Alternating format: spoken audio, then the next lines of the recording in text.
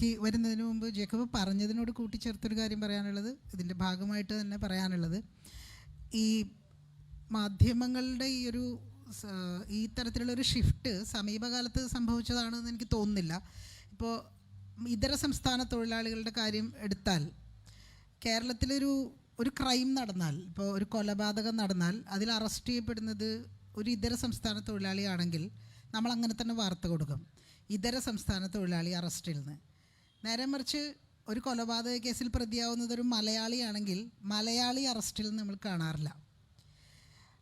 കൊല്ലുന്ന ഒരക്രമി, അയാളൊരു അക്രമിയാണ്, അല്ലെങ്കിൽ അയാളൊരു കുറ്റാരോപിതനാണ്. അയാൾ മലയാളിയാണോ, തമിഴ്നാട്ടുകാരനാണോ, ഒഡീസക്കാരനാണോ എന്നുള്ളതിന് എന്താണ് പ്രസക്തി? നമ്മളെപ്പോഴും മാധ്യമങ്ങളിൽ കാണുന്നതാണ് ഇതര സംസ്ഥാന തൊഴിലാളി പിടിയിൽ എന്ന തലക്കെട്ട്. ഈ തലക്കെട്ടുകൾ ഉണ്ടാക്കുന്ന സിനോഫോബിയ, ഈ തലക്കെട്ടുകൾ ഉണ്ടാക്കുന്ന ഈ വംശീയ വിദ്വേഷം എന്ന് പറയുന്നത് അതൊരു തരം സ്ലോ പോയിസണാണ്. ഒറ്റ നോട്ടത്തിൽ വളരെ നിരുപദ്രവകരം എന്ന് തോന്നുന്ന ഒരു തലക്കെട്ടാണത്. ഇതര സംസ്ഥാന തൊഴിലാളി പിടിയിൽ. അന്യസംസ്ഥാന തൊഴിലാളി എന്നാണ് അവർ കൊടുക്കാറ്, ഇതര സംസ്ഥാന തൊഴിലാളി എന്നല്ല. അന്യസംസ്ഥാന തൊഴിലാളി പിടിയിൽ. ആ വാക്കിലൊരു അന്യതയുണ്ട്. ആ കുറ്റാരോപിതനായ വ്യക്തിയുടെ ദേശം അല്ലെങ്കിൽ അയാളുടെ ആ ഐഡൻറ്റിറ്റിയാണ് അവിടെ അക്യൂസ്ഡ് ആയിട്ട് വരുന്നത്. ആ ഐഡൻറ്റിറ്റിക്കാണ് അവിടെ പ്രാധാന്യം വരുന്നത്. അതേസമയം അപ്പുറത്തെ പേജിൽ വേറൊരു കൊലപാതക വാർത്തയുണ്ടാകാം, വേറൊരു മോഷണ വാർത്തയുണ്ടാകാം, അതിൽ പിടിക്കപ്പെടുന്നത് ഒരു മലയാളി തന്നെയാണ്. അത് മലയാളിയാണെന്ന് അവർ കൊടുക്കാറില്ല, അതിൽ വരാറില്ല. അപ്പോൾ ഇത്തരത്തിലുള്ള ഒരു വാർത്താ സംസ്കാരം കേരളത്തിൽ ഉണ്ടായി വന്നിട്ട് കുറച്ചധികം കാലമായി. അത് പക്ഷേ നേരത്തെ ഇവിടെ ജേക്കബ് പറഞ്ഞ പോലെ, ശ്രീത്ത് പറഞ്ഞ പോലെ, കഴിഞ്ഞ കുറച്ച് നാളുകളായിട്ട് എഡിറ്ററുടെ അഭാവം എന്ന് പറയുന്ന ഒരു സ്ഥലത്താണ് മാധ്യമങ്ങൾ നിൽക്കുന്നത്. ഈ എഡിറ്ററുടെ അഭാവം ഉണ്ടാക്കുന്ന പ്രശ്നങ്ങൾ, അല്ലെങ്കിൽ ഒരു സമൂഹത്തെ അത് എങ്ങോട്ട് കൊണ്ടുപോകുന്നു എന്നുള്ളതിനെ അതിൻ്റെ ഒരു പ്രാധാന്യത്തിൽ നമ്മൾ ചർച്ച ചെയ്തിട്ടുമില്ല. ഇപ്പോൾ ഇത് മാത്രമല്ല, മാധ്യമങ്ങൾ കൂടി ചേർന്ന് സൃഷ്ടിച്ച, ഞാൻ എല്ലാ പ്രശ്നങ്ങളുടെയും ഉത്തരവാദിത്വം മാധ്യമങ്ങൾക്ക് മാത്രമാണ് എന്ന് അഭിപ്രായമുള്ള ആളെയല്ല, മാധ്യമങ്ങൾ കൂടി ചേർന്ന് സൃഷ്ടിച്ച ഇത്തരത്തിലുള്ള തെറ്റായിട്ടുള്ള ഒരുപാട് പൊതുധാരണകളുണ്ട്. ഗൾഫ് കുടിയേറ്റം ആണ് കേരളം ഇന്ന് നേടിയിരിക്കുന്ന നേട്ടങ്ങളുടെ അടിസ്ഥാന കാരണം എന്ന് വിശ്വസിക്കുന്ന ലക്ഷക്കണക്കിന് മനുഷ്യരുണ്ട് നമ്മുടെ നാട്ടിൽ. ഗൾഫ് കുടിയേറ്റം കൊണ്ടാണ് കേരളം നന്നായത് എന്ന്. ഗൾഫ് കുടിയേറ്റം എങ്ങനെ സാധ്യമായി എന്ന ചോദ്യം, ഗൾഫ് അടക്കമുള്ള മറ്റ് പ്രദേശങ്ങളിലേക്ക് ഇന്ത്യയുടെ മറ്റ് ഭാഗങ്ങളിൽ നിന്ന് മനുഷ്യർ കുടിയേറിയിട്ടുണ്ട്, ഗുജറാത്തിൽ നിന്നും പഞ്ചാബിൽ നിന്നും ഒക്കെ തന്നെ. പക്ഷേ കേരളത്തെക്കാൾ പഴയ കുടിയേറ്റ ചരിത്രം അവർക്കുണ്ട്. എന്നിട്ട് പഞ്ചാബും കേരളവും ഗുജറാത്തും ഒക്കെ കേരളം പോലെ ആയോ എന്ന ചോദ്യം നമ്മൾ തിരിച്ചു ചോദിക്കുന്നില്ല. ഈ കുടിയേറ്റത്തിൻ്റെ സാധ്യത എന്തായിരുന്നു? ഈ കുടിയേറ്റം എങ്ങനെ സാധ്യമായി? ആർക്കാണ് ഈ കുടിയേറ്റം സാധ്യമായത്? ഗുജറാത്തിൽ ആർക്കാണ് കുടിയേറ്റം സാധ്യമായത്? കേരളത്തിൽ ആർക്കാണ് കുടിയേറ്റം സാധ്യമായത്? ഇത് തമ്മിലുള്ള വ്യത്യാസം എന്താണ്? ഈ വ്യത്യാസം ഉണ്ടാക്കിയത് ആരാണ്?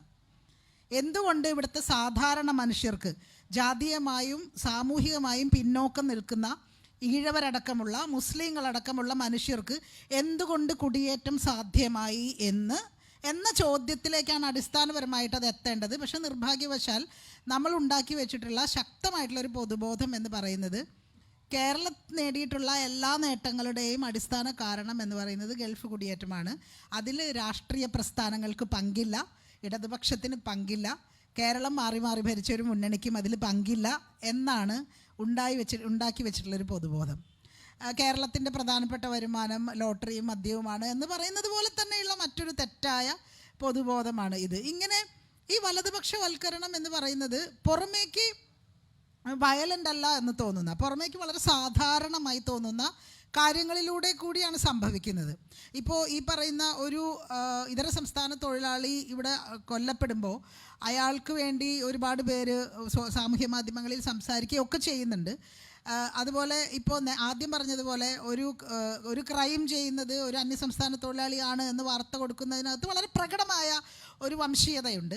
പക്ഷേ ഇങ്ങനെ പ്രകടമല്ലാത്ത, ഒറ്റ നോട്ടത്തിൽ നിരുപദ്രവകരം എന്ന് തോന്നുന്ന ധാരാളം ഇത്തരത്തിലുള്ള ഒരു തെറ്റായ പൊതുബോധം വളരെ പതുക്കെ അത് സൃഷ്ടിക്കപ്പെട്ടുകൊണ്ടിരിക്കുന്നുണ്ട്. അത് വളരെ ശക്തമായി, ഏതാണ്ട് പൂർണ്ണമായി എന്ന് പറയാവുന്ന തരത്തിൽ കേരളത്തിൽ അത് വേര് പിടിച്ച് കഴിഞ്ഞിട്ടുണ്ട് എന്നുള്ളതാണ്.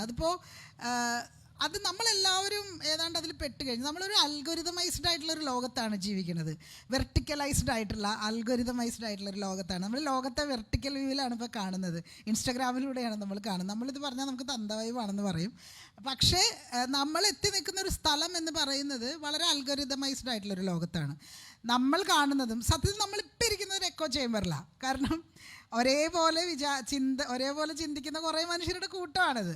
ഇത് ഇങ്ങനെ നമ്മൾ അങ്ങോട്ടും ഇങ്ങോട്ടും സംസാരിക്കുകയാണോ വേണ്ടത്, അങ്ങനെ സംസാരിക്കുന്നത് കൊണ്ടാണോ ഗുണമുണ്ടാവുക എന്നൊക്കെ സംശയമുള്ള ആളാണ് ഞാൻ. എനിക്കതിൽ നല്ല സംശയമുണ്ട്. ഇപ്പോൾ ഇവിടെ നിന്ന് സംസാരിക്കുന്നതുകൊണ്ടൊക്കെ എന്തെങ്കിലും പ്രയോജനം ഉണ്ടോ എന്ന് നമുക്ക് സംശയമുണ്ട്. പക്ഷേ സംസാരിച്ചുകൊണ്ടേ ഇരിക്കണം എന്നുള്ളത് നമ്മുടെ ഒരു ഉത്തരവാദിത്തമാണ്. നമ്മൾ വിചാരിക്കുന്നത് കൊണ്ടാണ് നമ്മൾ വന്ന് സംസാരിക്കുന്നത്. നമ്മളിരിക്കുന്നത് ഒരു എക്കോ ചേമ്പറിലാണ്, ഒരേപോലെയുള്ള മനുഷ്യർ ഇരിക്കുന്നൊരു സ്ഥലമായത്.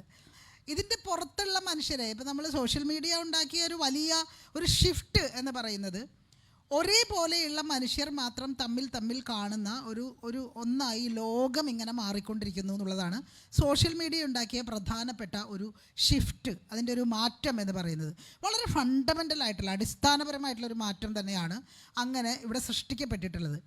അപ്പോൾ അതുകൊണ്ട് തന്നെ വംശീയ വിദ്വേഷം തന്നെ കണ്ടുകൊണ്ടിരിക്കുന്ന മനുഷ്യർ, അതായത് അവരവരുടെ സോഷ്യൽ മീഡിയ പ്ലാറ്റ്ഫോമുകളിൽ ജാതി വിദ്വേഷവും മതവിദ്വേഷവും ഒക്കെ കണ്ടുകൊണ്ടിരിക്കുന്ന മനുഷ്യർ അടുത്ത ക്ലിക്കിലും അവർ കാണുന്നത് അത് തന്നെയായിരിക്കും, അതിൻ്റെ തൊട്ടടുത്ത ക്ലിക്കിലും അവർ കാണുന്നത് അത് തന്നെയായിരിക്കും. ഇത് മനുഷ്യരെ പതുക്കെ വളരെ ആഴത്തിൽ മനുഷ്യൻ്റെ മനസ്സിൽ പലതരത്തിലുള്ള വിഭജനങ്ങൾ അതുവഴി വേരൂന്നുന്നു എന്നുള്ളതാണ് സംഭവിച്ചുകൊണ്ടിരിക്കുന്നത്. ഇതേക്കുറിച്ച് ധാരാളം പഠനങ്ങളുണ്ട്. ഇപ്പോൾ പ്രത്യേകിച്ചും ഇന്ത്യക്ക് പുറത്ത് ഒരുപാട് പഠനങ്ങൾ ഇതുമായി ബന്ധപ്പെട്ട് വന്നിട്ടുണ്ട്. ഇന്ത്യയിൽ എത്രത്തോളം അല്ലെങ്കിൽ കേരളത്തിൽ എത്രത്തോളം പഠനങ്ങളുണ്ടെന്ന് എനിക്ക് സംശയമാണ്. പക്ഷേ പുറത്തൊക്കെ ധാരാളം പഠനങ്ങൾ വന്നിട്ടുണ്ട്. ഇപ്പോൾ നമുക്കൊക്കെ തന്നെ അറിയാവുന്നതുപോലെ ഇപ്പം മ്യാൻമറിൽ നടന്ന കലാപം, മ്യാൻമറിലെ റോഹിംഗ്യൻ മുസ്ലിങ്ങൾക്കെതിരെ നടന്ന കലാപത്തിൻ്റെ പുറകിൽ പ്രവർത്തിച്ച ഒരു പ്രധാന ചാലകശക്തി ഫേസ്ബുക്കാണ് എന്ന് ഐക്യരാഷ്ട്രസഭ തന്നെ കണ്ടെത്തിയിട്ടുണ്ട്. ഐക്യരാഷ്ട്രസഭയുടെ ഫാക്ട് ഫൈൻഡിങ് മിഷൻ തന്നെ കണ്ടെത്തിയിട്ടുണ്ട്. അപ്പം ലോകത്തെ ഈ തരത്തിൽ, ഇത് കേരളത്തിലെ മാത്രം പ്രശ്നമല്ല, ഇന്ത്യയിലെ മാത്രം പ്രശ്നമല്ല, ലോകമെമ്പാടും നടക്കുന്ന അതിതീവ്ര വലതുപക്ഷവൽക്കരണവും നിയോ കൺസർവേറ്റീവ്സം എന്ന് നമ്മൾ വിളിക്കുന്ന ഒരു പുതിയ തരം കൺസർവേറ്റീവ്സവും ലോകം മുഴുവനും വളരെ ശക്തമായി വേര് പിടിച്ചുകൊണ്ടിരിക്കുകയാണ്. അപ്പോൾ അതിനോട് ഇടപെടാനുള്ള അല്ലെങ്കിൽ അതിനെ ചെറുക്കാനുള്ള ഉപാധികൾ അല്ലെങ്കിൽ അതിനുള്ള മാർഗങ്ങൾ എന്ന് പറയുന്നത് മാധ്യമങ്ങളിലൂടെ മാത്രം സംഭവിക്കേണ്ടതോ മാധ്യമങ്ങൾക്ക് മാത്രം ചെയ്യാൻ കഴിയുന്നതോ ആയ ഒന്നാണ് എന്ന് ഞാൻ കരുതുന്നില്ല.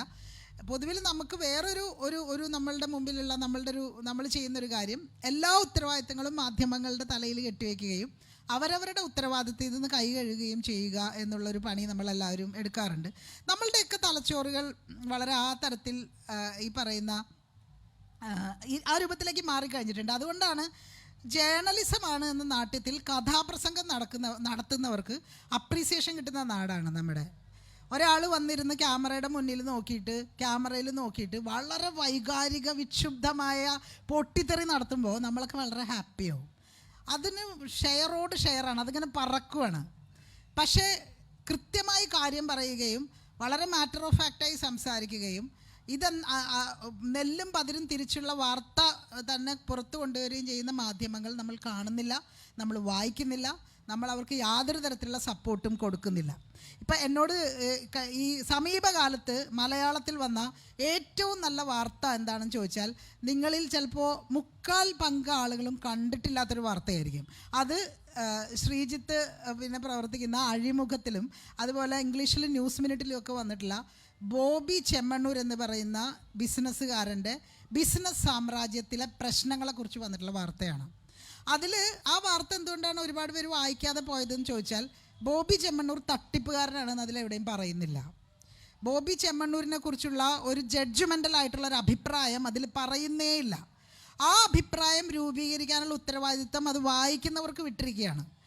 ആ ലേഖന പരമ്പരയിലുടനീളം പറയുന്നത് അയാളുടെ ബിസിനസ് ഏത് തരത്തിൽ നിയമവിരുദ്ധമാണ് എന്നുള്ളതാണ്.